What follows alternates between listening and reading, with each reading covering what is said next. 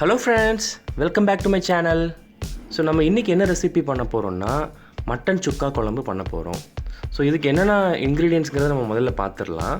So 1 kg mutton, அதுக்கப்புறம் வந்து 4 tablespoons of chilli powder, அப்புறம் 2 டேபிள் ஸ்பூன் மஞ்சள் பவுடர், அதுக்கப்புறம் சால்ட் ஆஸ் ரெக்வயர்டு. ஸோ இது எல்லாமே நம்ம போட்டு நல்லா வந்து மிக்ஸ் பண்ணிவிட்டு இந்த மட்டனை வந்து ஒரு 1 hourலேருந்து 2 hours வரைக்கும் நம்ம ஊற வைப்போம். ஃப்ரிட்ஜில் கூட நீங்கள் வச்சுக்கலாம், வெளியே வைக்காமல். ஸோ இது கூட வந்து ஜிஞ்சர் கார்லிக் பேஸ்ட்டு நான் கொஞ்சம் ஆட் பண்ணுவேன், அதை நான் உங்களுக்கு காட்டுறேன்.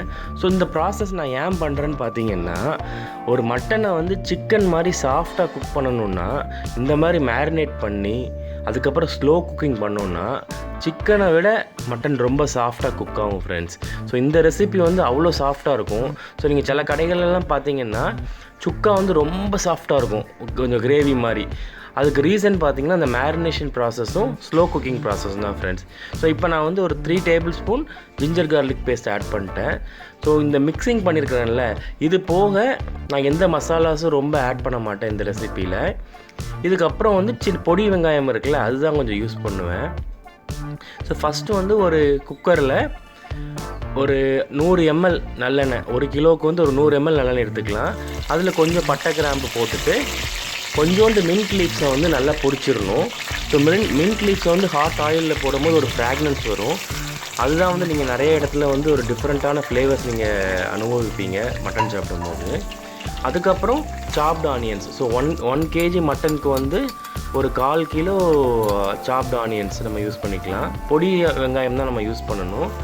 அது நல்லா குக் ஆனதுக்கப்புறம் கொஞ்சம் கேரமலைஸ் ஆனதுக்கப்புறம் ஒரு கை கருவேப்பிலை போட்டு அதை நல்லா மிக்ஸ் பண்ணி விட்டுக்கணும் ஃப்ரெண்ட்ஸ்.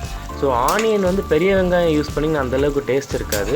சின்ன வெங்காயம் நீங்கள் மட்டனுக்கு யூஸ் பண்ணிங்கன்னா அது அந்தளவுக்கு டேஸ்ட் வரும் ஃப்ரெண்ட்ஸு. அதுக்கப்புறம் அந்த ஆனியனும் இது நல்லா குக் ஆனதுக்கப்புறம் ஒரு மீடியம் ஃப்ளேமில் வச்சுட்டு நீங்கள் மட்டனை ஆட் பண்ண வேண்டியதான். ஸோ மட்டன் வந்து கட்டாயமாக மினிமமாக ஒரு 1 hour ஊற வைக்கணும். ஃப்ரிட்ஜில் வச்சு ஊற வச்சிங்கன்னா அது ரொம்ப நல்லது. ஸோ அந்த மட்டனையும் ஆட் பண்ணிவிட்டு இது எல்லாத்தையும் மிக்ஸ் பண்ணி நம்ம வந்து குக்கரை மூடி ஒரு 1 whistle வரைக்கும் ஃபுல் ஃப்ளேமில் வைக்கணும் ஃப்ரெண்ட்ஸு.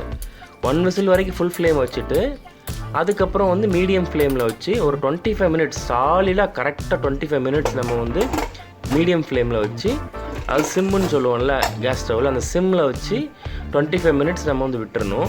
அந்த 25 minutes பல விசில்ஸ் அடிக்கும் ஃப்ரெண்ட்ஸ். அந்த பல விசில்ஸ் அடித்தாலும் நமக்கு வந்து கவலை கிடையாது, அதை நம்ம அதை இக்னோர் பண்ணிடலாம். 25 minutes சிம்முங்கிறது வந்து முக்கியமான விஷயம். வச்சுட்டு கரெக்டாக 25 minutesக்கு அப்புறம் அதை ஆஃப் பண்ணிவிட்டு நீங்கள் திறந்து பார்த்தீங்கன்னு வச்சுக்கோங்களேன், மட்டன் அப்படி பஞ்சாக அந்தளவுக்கு வெந்திருக்கும் ஃப்ரெண்ட்ஸ். நீங்கள் நல்லா அதை மிக்ஸ் பண்ணி விட்டுட்டு ஃபைனலாக என்ன பண்ணுவீங்கன்னா ஒரு பேஸ்ட் ஆட் பண்ணலாம். அந்த பேஸ்ட் ஆட் பண்ணிங்கன்னா இது வந்து ஒரு மாதிரி கிரேவி டேஸ்ட்டுக்கு வந்துடும், அதாவது மட்டன் சுக்கா குழம்பு பக்குவத்துக்கு வந்துடும். அந்த பேஸ்ட் ஆட் பண்ணாமல் நீங்கள் வந்து அப்படியே வந்து திறந்து வச்சு அப்படியே ஸ்லோ குக் பண்ணி வற்ற விட்டிங்கன்னா அது இந்த சுக்காவாயிரும் ஃப்ரெண்ட்ஸ். ஸோ அந்த மசாலாக்கு என்னெல்லாம் எடுத்துருக்கேன்னு பார்த்தீங்கன்னா, கொஞ்சோண்டு தேங்காய், அது ஒரு 2 சில்லு தேங்காய், ஒரு பச்சை மிளகாய், ஒரு 4 பொரிக்கடலை, இதை போட்டு நல்லா அரைச்சிட்டு தண்ணி ஊற்றி நல்லா அரைச்சிட்டு ஒரு சட்னி பக்குவத்துக்கு இருக்கும் ஃப்ரெண்ட்ஸ்.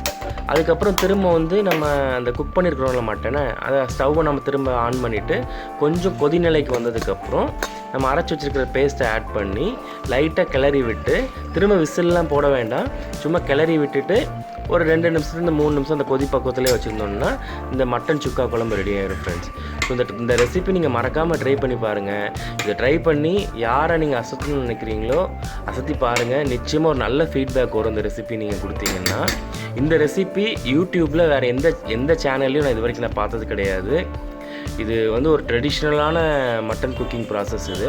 ஸோ நீங்கள் மறக்காமல் ட்ரை பண்ணி பாருங்கள். உங்கள் ரிசல்ட்ஸ் எல்லாமே வந்து நீங்கள் என்னோடய சேனலில் வீடியோ கமெண்ட்ஸில் போடுங்க. என்னோடய சேனலை சப்ஸ்கிரைப் பண்ணுங்கள், உங்கள் ஃப்ரெண்ட்ஸ்க்கு ஷேர் பண்ணுங்கள் ஃப்ரெண்ட்ஸ்.